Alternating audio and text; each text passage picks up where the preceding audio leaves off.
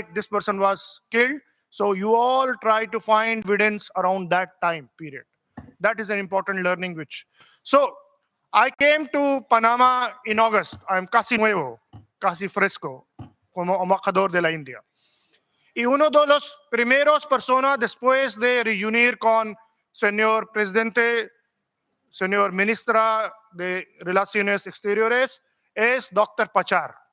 So one of the first few people I met, because I still feel that I am part of the fraternity of forensic experts. And he told me that we are going to organize a conference and we are going to invite you. I said, but why? I am not an expert. He said, no, we just want to listen to your story and how you. So thank you so much, Dr. Pachar, for giving me. And then I found after that, every other day he's on television. He is either in Daryan or somewhere, and I say he's a superstar, So thank you so much for that. So what I do today is, I will talk about little bit about history of forensic medicine in India, evolución de medicina forense in India, cuál es nuevo, new technology, new techniques which we are using. Then I will also talk about some of the challenges which a forensic medicine department face, porque los retos es iguales en todo el mundo. And finalmente voy a hablar sobre cómo podemos hacer un intercambio entre expertos de medicina forense en India y en Panama. And we will find out a way to do it. History of forensic medicine in India goes in many, many years back. There is a book written by a famous diplomat, Chanakya, Arthashastra. He mentions in his book that a king should know how he can be assassinated. A rey de una kingdom, a king should know how he can be killed. So he should have a forensic advisor as one of his advisor. He should know what are the things which can be poisonous, because that is from where it starts, to prevent somebody killing him. If you know the science of forensic medicine, you can prevent other person from, that is from where it starts. In India, the development of forensic medicine started even before the independence of India. When the Britishers were there governing India, they actually started the first fingerprint bureau in Calcutta, in Calcutta, in Delhi. It is considered, it was one of the first fingerprint bureau in India, in South Asia, and in many other places. The second thing I want to tell you about, what is a medical student learns in forensic medicine. I have also written a book. This is a book written by me in 2004. But after that, I joined the Foreign Service. But my book still continues. It is in 7th edition. And one of the professors I recently met a few years back, he said, what have you done? Why have you written this book? ¿Por qué está escrito? Why have you written this book? I got scared. I said, why he is so angry? He said, earlier people used to study at least 1 month forensic medicine for the exam. After your book, they only study for 3 hours, 3 horas, and they clear the exam. I said, you should have given me a direct compliment rather than... Because this book is not written for... Because I'm not an expert. I have not written this book keeping forensic medicine in my mind. I have written this book keeping the student who studies forensic medicine, because the kind of exam questions asked by examiners are different from, so this book helps students clear the exam. That's why it is very popular on Amazon, and it is number 1. As the exam comes closer, its sales goes up. When exam is over, then it goes down, and it's like this, right? So I want to tell you what a medical student studies in India. There are 3 parts which are taught.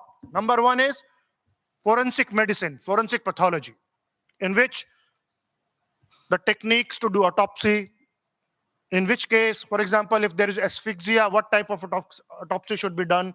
What is the way to cut the incisions, etc.? That's the first part.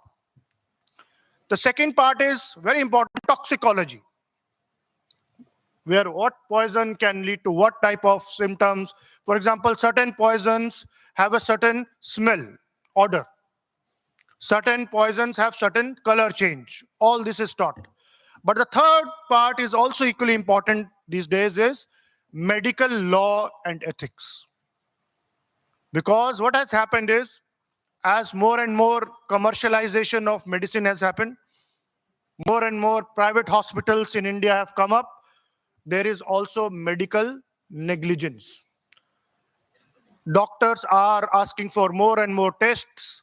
Sometimes they are not doing surgeries the way they should do.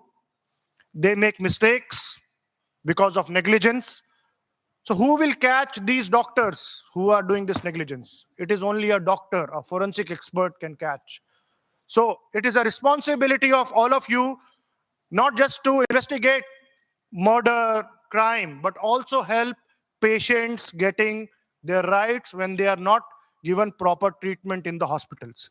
So that is medical law and ethics. These are the three things which are taught in medical colleges. But we have also tried to inculcate technology. Ahora estamos usando tecnología mucho más que antes. Now we have started in New Delhi, one of the important center of excellence of forensic medicine. We have started doing something called virtual autopsy. You know what is virtual autopsy? We are using CT scan, MRI, because without opening the body, we can scan the body and can find things sometimes naked eye cannot find. We are using increasingly how to preserve evidence. Histopathology. When you take out tissues, scan under microscope, and find out the changes is been increasingly used. We are also trying to create a DNA database of missing people. Every other day we find unknown bodies and they are decomposed. So you cannot find. Identification of a human body is an important work which is taught to medical students in India. How are we doing it? We are taking their DNA sample, we are putting them in a database, and if somebody's DNA sample is available with the family members, they can do a match and they can find their person who is missing. Many people are missing and their bodies are not available. So we have to find out whether that person is still alive or has been murdered or has committed suicide or is drowned somewhere, has gone under accident or so on. So that's another thing which we are doing.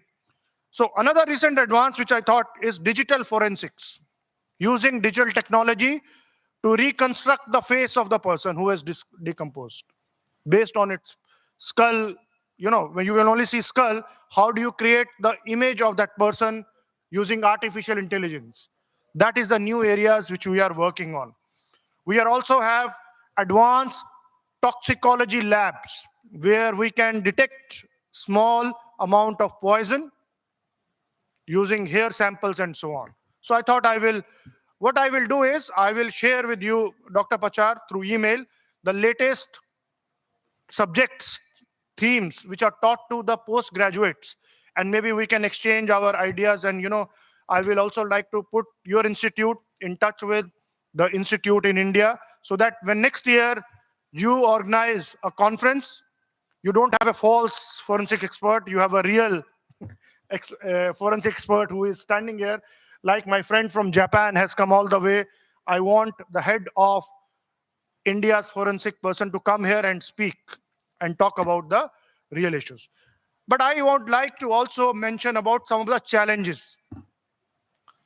Los retos que estamos enfrentando en nuestra medicina forense. Reto número uno es para attract talent. How you attract talent into forensic medicine. Because, as I told you, I did not want to become a forensic expert. I, in fact, never attended classes during my school time, but I became the specialist.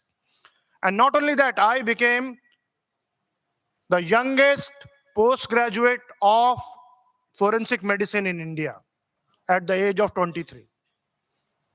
I did not plan for it, but it happened.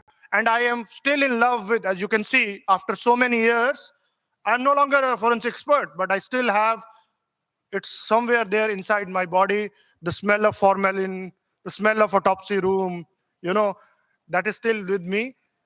So what are those challenges? Number one is how to attract talented people. Number two, how do you increase the budget of forensic medicine departments? Now, the problem here in India is forensic medicine comes under Ministry of Health. Ministerio de Salud, forensic medicine comes under Ministry of Health. Pero la problema es que it is serving Ministry of Security.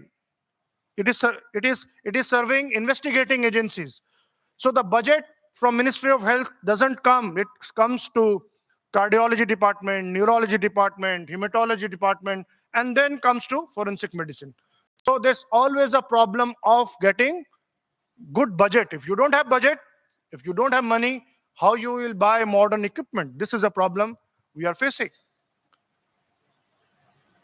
So that is another challenge which we are facing. Third challenge which we face is many women doctors do not come to forensic medicine. I see that you have so many women in Panama who are part of forensic medicine, but in India, still they're scared of going to autopsy room, do autopsy, going to courts, giving evidence against criminals. It's not easy. So we have to create a psychological training for medical doctors to come to forensic medicine. So this is another challenge which we are facing. But the advantage is, in India, the promotion system is such, if anybody who joins forensic medicine is likely to become heads of institute faster.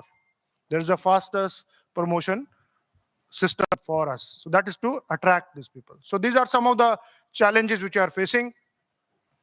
But again, the details I will share with Dr. Pachar, and we have to create an institutional mechanism between India and Panama so that more and more experts from Panama can travel to India. Vamos a buscar, porque India es uno de los lugares que usted tiene que venir antes de morir. ¿Ok? Entonces, voy a buscar manera que cómo usted puede visitar a India, porque es también parte de una diplomático para crecer turismo antes India. More people from India should come to Panama. More people from Panama should come to India so that we can know each other. More than that, experts, forensic experts from India should come and see what are the things which challenges you and what are the things you should know what is challenging us. Because India is a big country. We have so many forensic departments. So the scale of thing is much, much higher. I don't know how many autopsies are happening in Panama City, but in one day, we are having autopsies, which is more than probably 3 or 4 months of autopsies, which happens because of the number of population, the crime, and so on. So this is what I propose, that we will start an institutional mechanism. As Ambassador of India, I want to ensure that there is intercambios de conocimiento entre India y Panama. With these words, I think I will not speak more about postmortem staining, rigor mortis, asphyxia, because you all are experts. I am not an expert right now, but I will wait. If you are having any questions, alguna preguntas, please ask simple question. Don't test my diplomatic skills.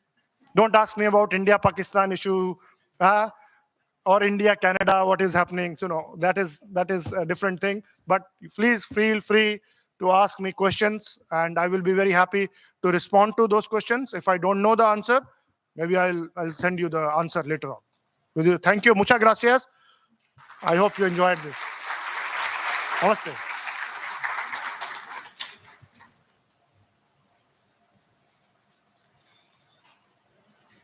Doctor, por ahora no tenemos preguntas para su ponencia. ¿O sí? ¿Tenemos una pregunta? Ellos quieren venir a India. Ok. People who ask easy questions will get some way of reaching India, I will ensure. Por favor, al equipo de protocolo que le retiren la pregunta para que podamos leérsela al doctor.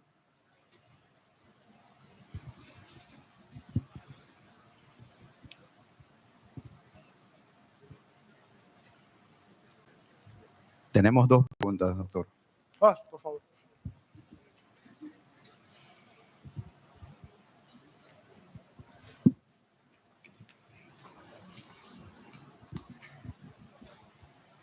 ¿Cómo se aborda una necropsia en atención a las consideraciones conscientes? Es que está un Yo poco puedo leer ¿no? culturales, perdón. Sí. ¿Cómo se aborda sí. una necropsia en atención a las consideraciones Es muy culturales? buena cuestión porque en India hay muchas religiones, hay muchas culturas, muchas personas son miembros de familia, no quieren que su miembro de familia, vamos a cortar su cuerpo, porque hay muchos mitos sobre que. So there are a lot of myths which is prevalent in the society that we take out the organs, we take out the eyes. No, a forensic expert doesn't do that. We need to tell them, if you really want justice, you need to allow us to, and we have a standard protocol. So this is a part of educating them. One of the job of a forensic expert is hay que hablar sobre tema de medicina forense, no solamente en frente de expertos como ustedes, pero también ir afuera y hablar sobre tema de forensic medicine con persona normal, lay person. Common people should know what forensic medicine is, because nobody has entered the autopsy room. They do not know what autopsy room is. So we have to demystify what forensic medicine is. That's why more and more Indian doctors are coming on television. They have podcasts. They write articles in common newspaper about expressing, so that these cultural barriers are broken and people are more accepting for having their family members autopsy done in India. Very good question. Yes, this is an important question. ¿Cómo van las estadísticas de mala praxis en la India y cómo se aborda su investigación? This is a difficult question to answer. If I say there is a lot of malpractice, my friends in India will get angry, doctors. If I say, no, there is no malpractice, patients will get angry because, there is. So yes, there is malpractice, but some of the malpractice is happening because of the pressure on hospitals to meet their expenditures. Suppose there is a hospital which has put all latest machines, and the patients are not coming. So what happens? When one patient comes, they will say, CT scan, MRI, ultrasound, do all the tests. This is a wrong practice going on in many hospitals. And there is a body in India which keeps an eye on malpractice. And the punishment of malpractice is not just taking away the license of the doctors, but also putting them in the jail also. That is why more and more forensic experts are now actually fighting for the cause of patients. Because who will fight for the patient? Patients don't know the terminology. So it's a doctor which can actually fight against a malpractice of a doctor. It's common as a principle of vaccination. Like cures like. So a doctor is an antidote against bad doctors. Good doctor is an antidote. Buen médicos, buenas expertas en medicina forense es una antidota entre las personas que están haciendo malpraxis. So that is it. So. ¿Pudiera usted, doctor, ampliar el proceso de reconstrucción facial con inteligencia artificial? Artificial intelligence, you're saying? Yes. Okay. Now, artificial intelligence, I think, is still in an initial stage. Artificial intelligence can help it can become your assistant. So that's why every doctor needs to train themselves how to use ChatGPT, because it can be a very useful friend, but one also has to be careful, because artificial intelligence can also provide you wrong because there is nothing, artificial intelligence cannot replace natural wisdom of the person. There's a human element is involved. You have to communicate with the relatives of the patients. So all these skills are important. So a doctor should not just focus on learning the names, definitions, etc. They should also learn how to communicate, how to solve problem, how to connect the dots. As I was listening to the presentation of Miss Laura, this is all about the exercise connecting the dots. This is something which should be taught to the students so that they can accept. Dicen que artificial intelligence will take away the jobs of people. I say this, that artificial intelligence will take away the job of people who do not know how to use artificial intelligence. Una persona que no va a saber cómo usar ChatGPT, Bard, and other artificial intelligence is definitely not going to remain in the market. So we all have to learn and make it like a friend. Es como una cuchilla, una knife. A knife can be used to do surgery. A knife can also be used to kill person. A medicine can be used, insulin can be used to treat a patient, but insulin can also kill a person. There is a saying in ancient Indian text, and I will speak in, not in Sanskrit, but in English, so you understand. A medicine in the hands of a fool. Medicina in manos de un tonto convierte en una poison. A medicine in the hands of a fool converts into a poison. Just like a poison converts into medicine in the hands of a wise. With these words, I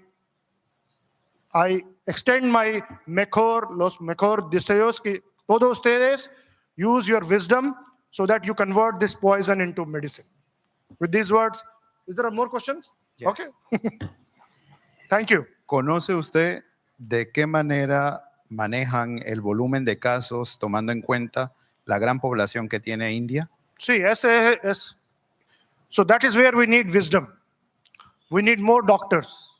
We need more support staff, not just doctors. We need support staff. That is why we need to open more mortuaries. So it is a challenge for us. And cada vez más estamos tratando nuevas maneras de aplicar technology. There is something called teleautopsy. You know what is teleautopsy? Experts are sitting in New Delhi, but with cameras, etc., there is an assistant who is doing autopsy somewhere else. The person can guide that, look, try to take this organ out, look at this. So that is the mechanism through which we are taking care of the high number of cases. Technology. Muchísimas gracias, doctor. Okay. Entregamos el certificado de participación al doctor Seth de parte del doctor José Vicente Pachar Lucio, director general. Muchas gracias.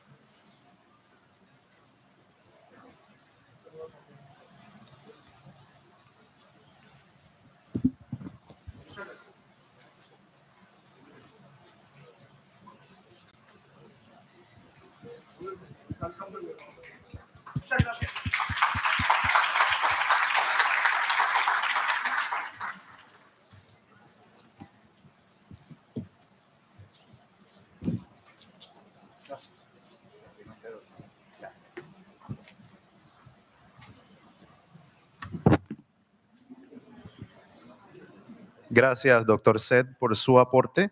Continuamos ahora con la siguiente ponencia que se dictará en esta conferencia titulada El panoptismo virtual, delincuencia y psicopatología forense. Esta ponencia estará a cargo de el licenciado Arturo Suman, quien nos acompaña como ponente en esta conferencia.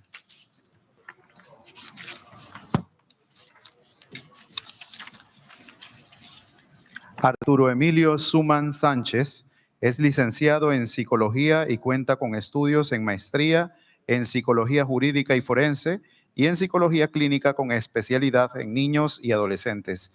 Es miembro de la Asociación Panameña de Psicología y miembro de la Asociación Panameña de Psicología Forense. Es docente universitario y ejerce el cargo de coordinador de la Unidad de Psicología Forense del Instituto de Medicina Legal y Ciencias Forenses de la República de Panamá. Bienvenido, licenciado Arturo Suman.